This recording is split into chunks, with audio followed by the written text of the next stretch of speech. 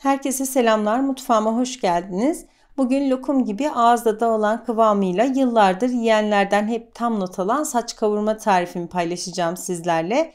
Gerçekten muhteşem bir lezzet. Sizlerin de beğeneceğinizi umuyorum ve hemen tarifime geçmek istiyorum.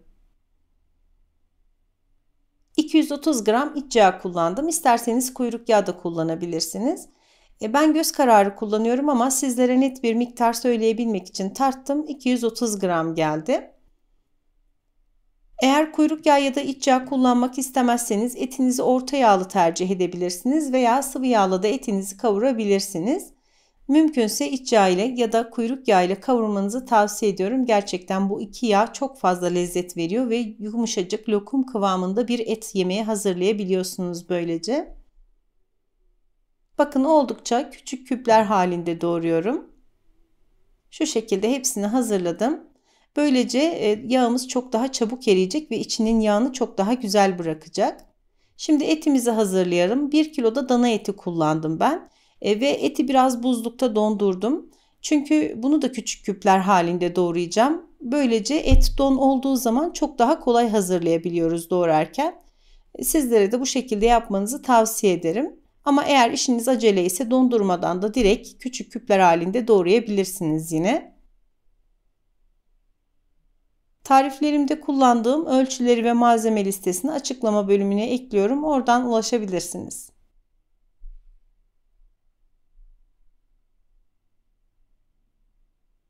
Şöyle sizlere hemen kalınlığını da göstereyim. Bakın bu şekilde hazırladım etin hepsini. Dediğim gibi yine küçük küpler halinde doğruyorum eti de.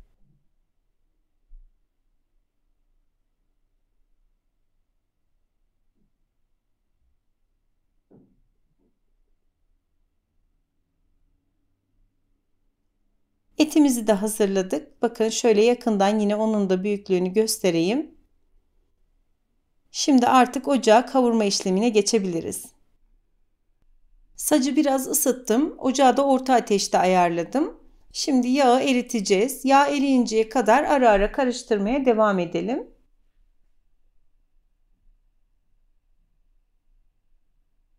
Sacımızın kenar kısımlarının da güzelce yağlanması için arada bir şöyle görüyorsunuz karıştırırken biraz geniş alıyorum. Sizlere de böyle yapmanızı tavsiye ederim.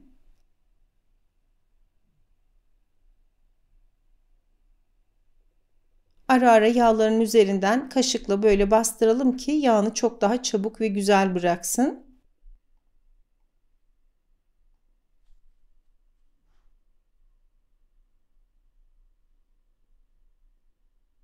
Şimdi görüyorsunuz yağımız tamamen eridi. Daha önce kavurma tarifimde bu kıkırdakları alıyordum ama bu defa saç kavurma yapacağım ve sebze de kullanacağım için içerisinde bunlar hiç belli bile olmayacak. Hatta çok daha lezzet verecek. O yüzden almıyorum. Ocağımı yüksek ateşe ayarladım ve küçük küçük doğrayıp hazırladığım dana etimi de ekliyorum. Ve hemen kaşık yardımıyla şöyle tavaya sacın içerisinde yayıyorum. Böylece etimiz çok daha çabuk mühürlenmiş olacak.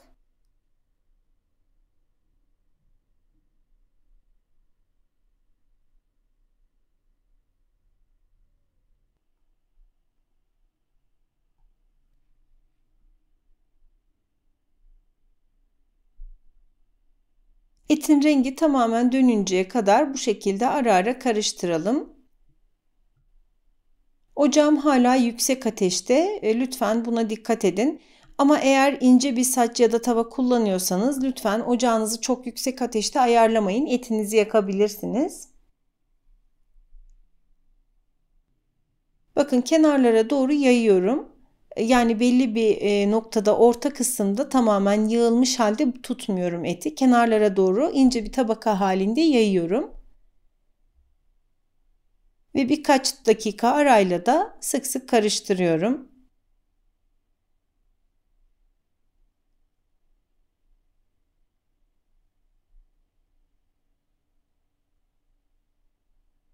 Her karıştırmadan sonra mutlaka kenarlara doğru bu şekilde yaymanızı tavsiye ederim.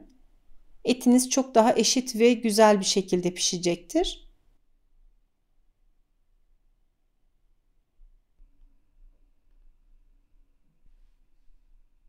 Etin rengi neredeyse tamamen döndü sayılır. Şöyle tekrar karıştırıp bir kez daha yayacağım kenarlara doğru.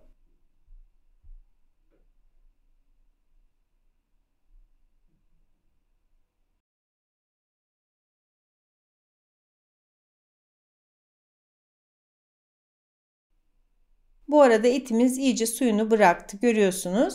Şimdi tekrar karıştıracağım ama bu kez kenarlara doğru dağıtmayacağım. Ortaya doğru kendi suyunun içerisine toparlayacağım eti. Kendi suyunun içinde, kendi buharında pişmesini istiyoruz çünkü. Böylece yumuşacık bir kavurmamız olacak inşallah. Bakın böyle kenarlardan iyice toparladım. Üzerine uygun bir kapak kapatalım ve ocağımızı da mutlaka kısık ateşe alalım. Bu aşamadan sonrasında ara ara karıştırarak pişirmeye devam edeceğiz. Lütfen kontrollü olun. Ara ara karıştırdıktan sonra her defasında üzerine kapağı kapatmayı da unutmayın lütfen. Biz de bu arada sebzelerimizi hazırlayalım.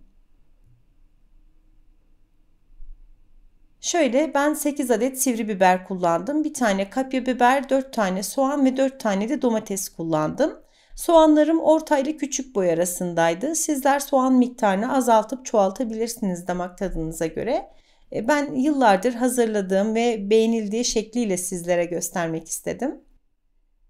Dediğim gibi saç kavurma hazırlarken ben eti de sebzeleri de oldukça küçük şekilde doğruyorum. Böyle yapmanızı tavsiye ederim. Çünkü çoban kavurma değil saç kavurma hazırlıyoruz. Küçük küçük doğrandığı zaman da hakikaten çok lezzetli oluyor. Pişmesi de kolay oluyor. Bakın yine aynı şekilde biberleri de oldukça küçük şekilde doğruyorum.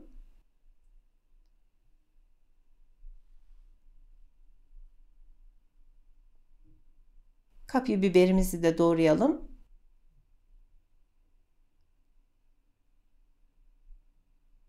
Bir kez daha hatırlatmak isterim. Tariflerimde kullandığım ölçüleri ve malzeme listesini açıklama bölümüne ekliyorum. Oradan ulaşabilirsiniz.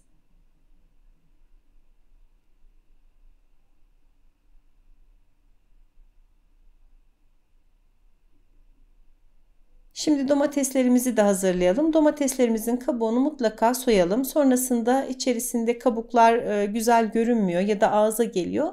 Hoş olmuyor pek. Bu şekilde soyarak hazırladığınız zaman çok daha güzel olacaktır. Eğer kanalıma hala abone değilseniz tamamen ücretsiz olarak abone olabilirsiniz. Bildirim zilini açarsanız da videolarımdan hemen haberdar olursunuz. Eğer videomu buraya kadar izlediyseniz bir beğeni ve yorum yapmayı da unutmayın lütfen. Evet, bu arada etimiz kavruldu. Bakın görüyorsunuz suyunu çekti ve kendi yağında yavaş yavaş kavrulmaya devam ediyor. Şöyle sizlere göstereyim. Yağı kaldı artık. Eti şimdi dağıttım ve üzerine hazırladığım soğanımı döküyorum. Ben yağ miktarı yeterli olduğu için herhangi bir yağ eklemesi yapmadım. Yani sıvı yağ ya da tereyağı eklemedim. Ama eğer yağınız yeterli değilse lütfen bu aşamada soğanı dökmeden önce yağ eklemesi yapmayı unutmayın. Şimdi soğanlar kendini bırakıncaya kadar birkaç dakika ara ara karıştırarak pişireceğim. Bu aşamadan sonra yine ilk başta yaptığımız gibi etimizi ve sebzelerimizi kenarlara doğru yayıyoruz.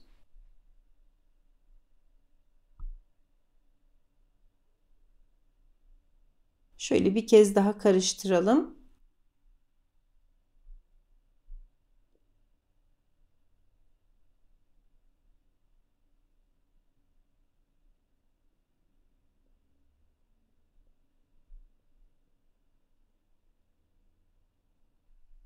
Soğan tamamen kendini bıraktıktan sonra içerisine hazırladığımız sivri biber ve kapya biberimizi de ekleyelim ve yine aynı şekilde karıştırarak pişirmeye devam edelim.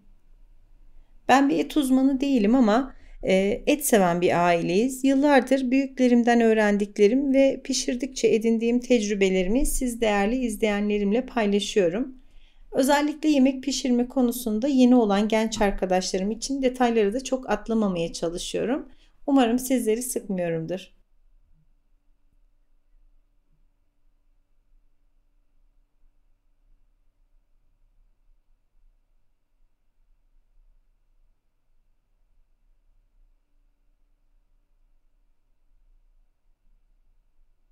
Evet, görüyorsunuz ara ara karıştırarak pişirmeye devam ediyorum.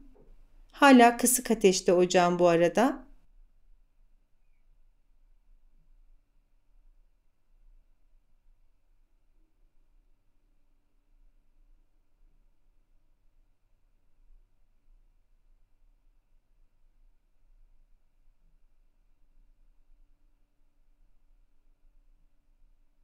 Şimdi lezzeti bütünleşsin hem de sebzelerin daha çabuk kendini bırakmasına yardımcı olsun diye tuzunu ekliyorum.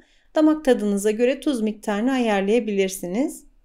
Mümkünse iri tuz yani kaya tuzu kullanmanızı tavsiye ederim. Çok daha lezzetli olacaktır.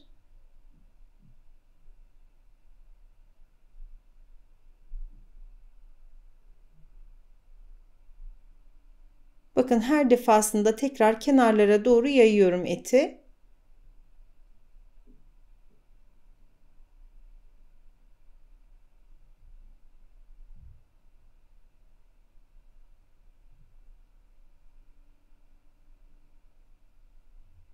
Şimdi içerisine hazırladığımız domateslerimizi de ekleyelim.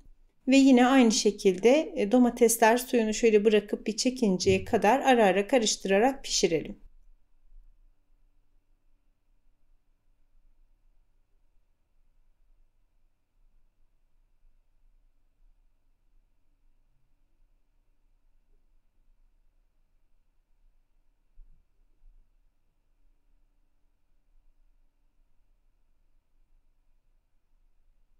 Bu arada bir kez daha hatırlatmak isterim. Tariflerimde kullandığım ölçüleri ve malzeme listesini açıklama bölümüne ekliyorum. Oradan ulaşabilirsiniz.